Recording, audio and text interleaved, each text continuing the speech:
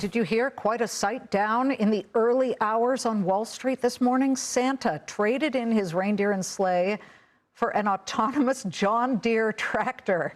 Yes, in the early hours, Santa got out of that thing. It's a Deere tractor, autonomous.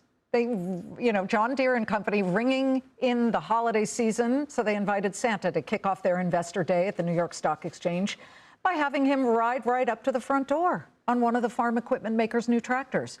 Of course, this specific tractor can operate autonomously, can do so only in the field, not on the streets of downtown Manhattan. But still, it signals Deere's technological advancements in bringing the farming industry into the digital age. Joining us now live from the New York Stock Exchange in a Fox Business exclusive to hear more about the future here is Deere Company CFO and Senior VP Josh Jepsen. Josh, welcome back to the show. President Trump, we wanted to just let you know, just said during his roundtable event that farming equipment has gotten too expensive and that he actually wants to help tractor companies like John Deere by removing some environmental rules that affect them. I would imagine that's good news for you, but what is your take on that? What type of environmental rules make your tractors more expensive and what would help you? Hey Liz, thanks so much for having me. Great to be here. And I'm on the floor of the New York Stock Exchange, where, as you mentioned, we spent a few hours with our investors today talking to them really about our strategy, which in a sentence is about how do we help them do more with less, make them more profitable and productive. And to your point on the question that around the president's comments, I mean, there's plenty of opportunity to continue to support our farmer customers and to make them more profitable and support them in many ways, whether that's through technology that can help them save on their inputs or improve their yields, as well as some of the regulations that they face. And I think this specifically is really talking about some of the regulations as it relates to their machines and emissions and how they leverage equipment in doing what they do every day, which is creating food and fiber and fuel that we all rely on. How would it help you? What specific regulation would help you guys the most if it were tamped down a bit or moved off the page? Yeah, it's a fair question, and to be honest, I don't know all the details of what was stated. I think it was related a lot to the emissions side. Probably. And over time, as we've had more emissions, there is more componentry, there's more software, there are more pieces of hardware that need to be incorporated as we reduce emissions, and that would be a component, I think, as it relates to the potential commentary today. During your presentation this morning, you mentioned that Deere doubled its so-called engaged acres to 500 million this year, and you've roughly 400,000 unique active monthly digital users. So what does engaged acres mean? Because listen, back in the old days, it was, hey, let's go onto the tractor and do the back 9 or whatever, back 40. It's a different world.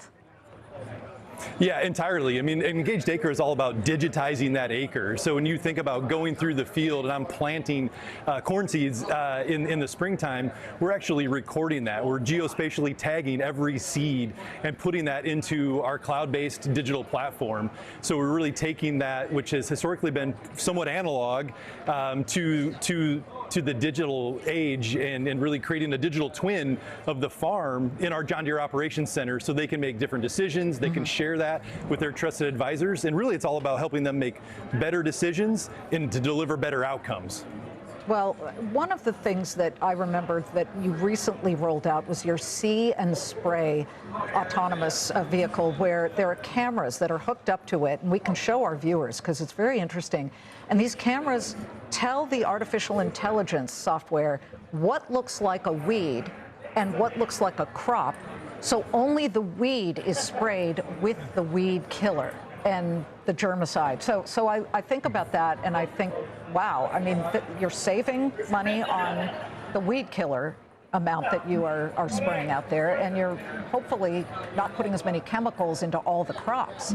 And as we talk about that, we know that even these advancements have not completely smoothed over the rough edges of what farmers are dealing with. I mean, today President Trump is unveiling a $12 billion farming aid package because so many farmers are going bust. They have filed for bankruptcy due to the tariffs, et cetera. What are you seeing from your business position?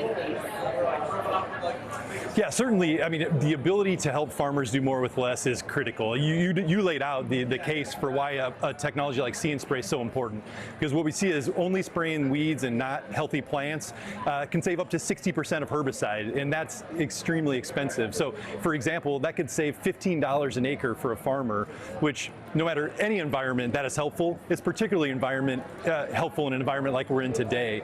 So I think those types of things are critical to continue to help them take on those technologies that can take down cost or improve their revenue.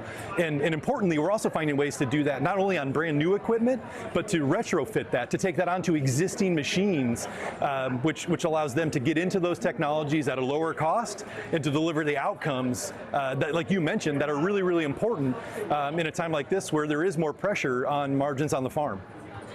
And when you look at all that's been happening with farmers and tractors, the new machinery is very expensive. You guys have gotten smart in doing software updates instead, and things can be retrofitted. But last we spoke, you had mentioned that you were seeing more and more farmers renting equipment, and that even some of the rental business has gone down because, of course, fewer foreign buyers were buying a lot of what they had to sell.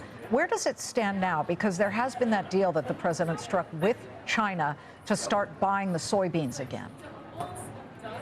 Yeah, certainly the trade agreements and purchase commitments are positive and incrementally positive, and I think provide more optimism in terms of what's happening from a demand of grains perspective, particularly on the soybean side. Corn consumption has been strong. We've seen really good exports. We see good ethanol exports, which highlights the importance of biofuels. And you and I, we've talked about the importance of E15 and biofuels, renewable diesel. So all those things I think play important roles. Customers are purchasing their equipment in different ways. On the ag side, it tends to be they purchase or lease equipment, and that's over the last few years has been impacted really by the economy from an agriculture perspective and some of the pressure on margins.